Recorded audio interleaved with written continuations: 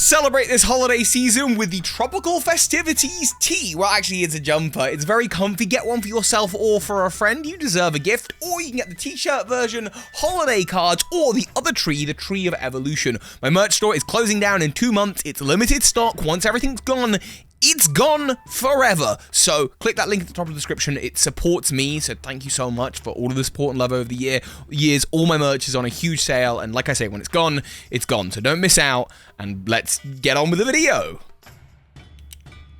Yeah, so birds are cool, but dragons are cooler. One of the most defining traits about dragon Pokemon is that they're cool. You have pseudo-legendaries like Dragonite and Garchomp, legendary Pokemon like Dialga and Palkia, the creators of time and space itself, and you've also got Goomy, which is, I mean, it's cool, it's adorable, I love it. But as you all know, back in the days of Generation 1, we didn't have all the lore we have now about the creation trio all being part dragon type, or the original dragon coming from Unova, or the 4 parts of the Arceus, which I've talked about in a number of videos, and I'll leave a link to that, all being part dragon type, nor did we know about Regidrago from the ancient days coming from crystallized dragon energy. All we had back in the days of Kanto were 151 Pokemon, and just 3 of them were dragon type. Dratini, Dragonair, and Dragonite. Dratini and Dragonair were available very rarely in the wild, in fact only in the Safari Zone and only by fishing with certain rods. The probability was low, and yet the champion of the region, Lance himself, was a Dragon Master. In the very next games, Pokemon Gold and Silver, this will be expanded upon. Nearby to the Kanto region is the Dragon's Den of Johto, where he and his cousin Claire act as sort of figureheads, as well as their grandpa, I think? The leader of the Dragon Clan. As the generations go on, we learn more about Draconids and other dragon tribes, but let's try and keep this isolated to the Generation 1 era. Across the generations, Lance uses a whole bunch of other so-called dragon Pokemon. Aryodactal, Charizard, Seadra, ExEcutor. And while ExEcutor does have its regional form, this is the one that Lance uses, where it's part dragon type from Alola, Charizard is not part dragon type. Well, unless you Mega Evolve it. Seadra is not part Dragon type, unless you evolve it. Gyarados is not Dragon type, well, except it does have a Pokédex entry talking about how there's an ancient dragon that might be a referral to Gyarados. I guess there's that. And Aryodactyl, well, I've got nothing. Lance has quite the odd team, as well as the fact that his Dragonites are underleveled, no barrier, and his Aryodactyl knows Rock Slide, which it shouldn't know in Generation 1. There are all sorts of oddities here. I've often speculated that Lance himself is a bit of a showman, known as the Fabulance. My Fabulance! He might just be showing off these incredible creatures, but in Pokemon Masters, while talking to Iris, he does mention the fact that, yeah, not all dragon Pokemon are dragon type necessarily. This is how I also think about ghost Pokemon not actually necessarily all being ghosts or dead, and it's why Pokemon can learn moves of all different types without being those types. There is something certainly draconic about the dragon typing, but not all dragon type Pokemon are dragons, and not all dragons are dragon types. But why is Lance having to make do, and why are there so few dragon Pokemon in the Kanto region in terms of their types?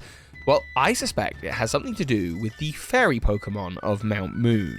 In the Kanto region, naturally, there are 3 main types of fairy Pokemon. There's Mr. Mime, which doesn't really exist in the wild, apart from in Let's Go, but I'm keeping a lot of the Let's Go lore out of this video because Let's Go generally is confusing and it removes the Safari Zone, which is an important part of this video. So yeah, Mr. Mime not super available in the wild, but the other 2, of course, are Jigglypuff and Clefairy.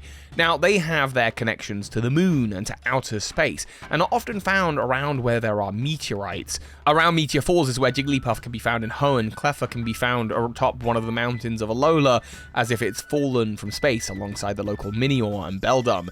The giant chasm in Generation 5 is where we find Kyurem, who supposedly came from space, but other than the legendary Kyurem, it is surrounded by fairies. Fairies are natural dragon slayers, and in a lot of regions of the Pokemon world, there are more fairy-type Pokemon that would have evolved alongside the dragons of the regions in a sort of competitive arms race. Natural predator and prey in a balanced ecosystem. But not in the Kanto region, because supposedly Clefairy and Jigglypuff came from the moon. Mount Moon created when a giant moonstone fell from, well, I guess the moon? I'm not really sure, actually. Is there just a giant bit of moon missing in the Pokemon world? If the ecology of the Kanto region had been consistent for tens of thousands of years, and then one day a whole new type of Pokemon just shows up out of the blue, that's bound to cause ripples, causing especially dragon Pokemon to go more or less extinct. The old amber can be found in the Pewter Museum right next to Mount Moon, so perhaps that's where it's been pulled from, like the other fossil Pokemon. But additionally, it means that there are no more wild dragon Pokemon. Perhaps the fast dying out of local Kingdra meant that the scale that allows Seadra to evolve was no longer available for the local Seadra, which just stopped evolving into that form. Charizard of the time having to adapt fast to becoming more like the modern Charmander that we know today. I suspect Gyarados has more or less always been in the form that Gyarados has been in. And as for Dratini, well, while few of them survived, I imagine many of them were kept at the Dragon's Den. You can fish for Dratini there, only moved back to Kanto later on once there was a safe haven for Pokemon, the Safari Zone. There is, of course, one other dragon Pokemon we should talk about, and that is the Exeggutor, the Alolan Exeggutor that can only be found that tall and that just amazing in the wilds of Alola. It can also be found in the terrarium of the Indigo Disc, another artificial space for Pokemon to exist, run by Cyrano, who, in outfit at least, looks a lot like Baoba, the director for the Safari Zone. Exeggcute can also be found in other Safari Zones like the one in the Sinnoh region, the Great Marsh. However, I have to wonder if Exeggcute were brought to the Safari Zone of the Kanto region as some sort of conservation program in an attempt to restore them, bring them back to their former glory, and make them a marvel, an attraction for people to come to the Safari Zone. Unfortunately, the sunlight is simply not strong enough in the Kanto region. It's not strong enough in most of the places of the Pokemon world, where it doesn't take the classic form that we actually see on old artwork for the Jungle set. This is where the Alolan Exeggutor got its design. But generally, the sunlight is just not bright enough here for Exeggutor to become dragons. That may be totally separate from the presence of the fairy Pokemon causing them grief. They've only been successful, I assume, in the terrarium due to the incredible power that builds that place. Anyway, we know when it comes to the Elite Four and to the Pokemon League generally, that they do hold positions of power. Drayden, one of the gym leaders, is the mayor of his town in the Unova region, another dragon master.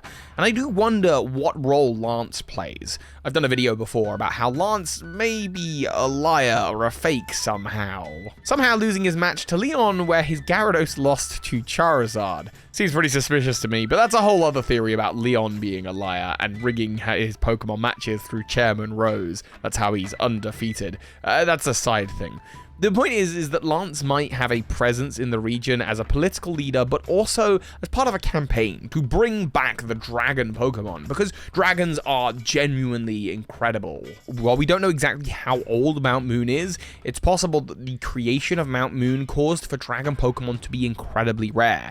And so, under guidance from the Dragon's Den, who may also be related to the Draconids, who are just trying to keep dragon Pokemon alive and keep the lore of these important Pokemon out there, he was dispatched to the Kanto region, where his role is to be, well, fabulous. He buys the same cape from the Celadon department store because it's all about looks. It's all about marketing to convince these conservation projects like the Safari Zone to keep on bringing back dragon Pokemon. My glasses broke while recording this, so to help me out with getting some new ones, please do consider clicking that link at the top of the description. Head on over to my merch store and pick up any of the merch. It's all massively reduced. Tropical Tree of Festivities is back, as is ultimately the Tree of Evolution. It is limited stock. Once things are gone, they are gone forever. So get yourself a nice gift for the holiday and help this poor man learn to see again. I mean, I can just see if I do this, but this isn't comfortable. Anyway, so hi Pokemon Masters. Hello there, it's me, Professor Oak. This video's over, so please choose another one wisely and quickly. Bye-bye.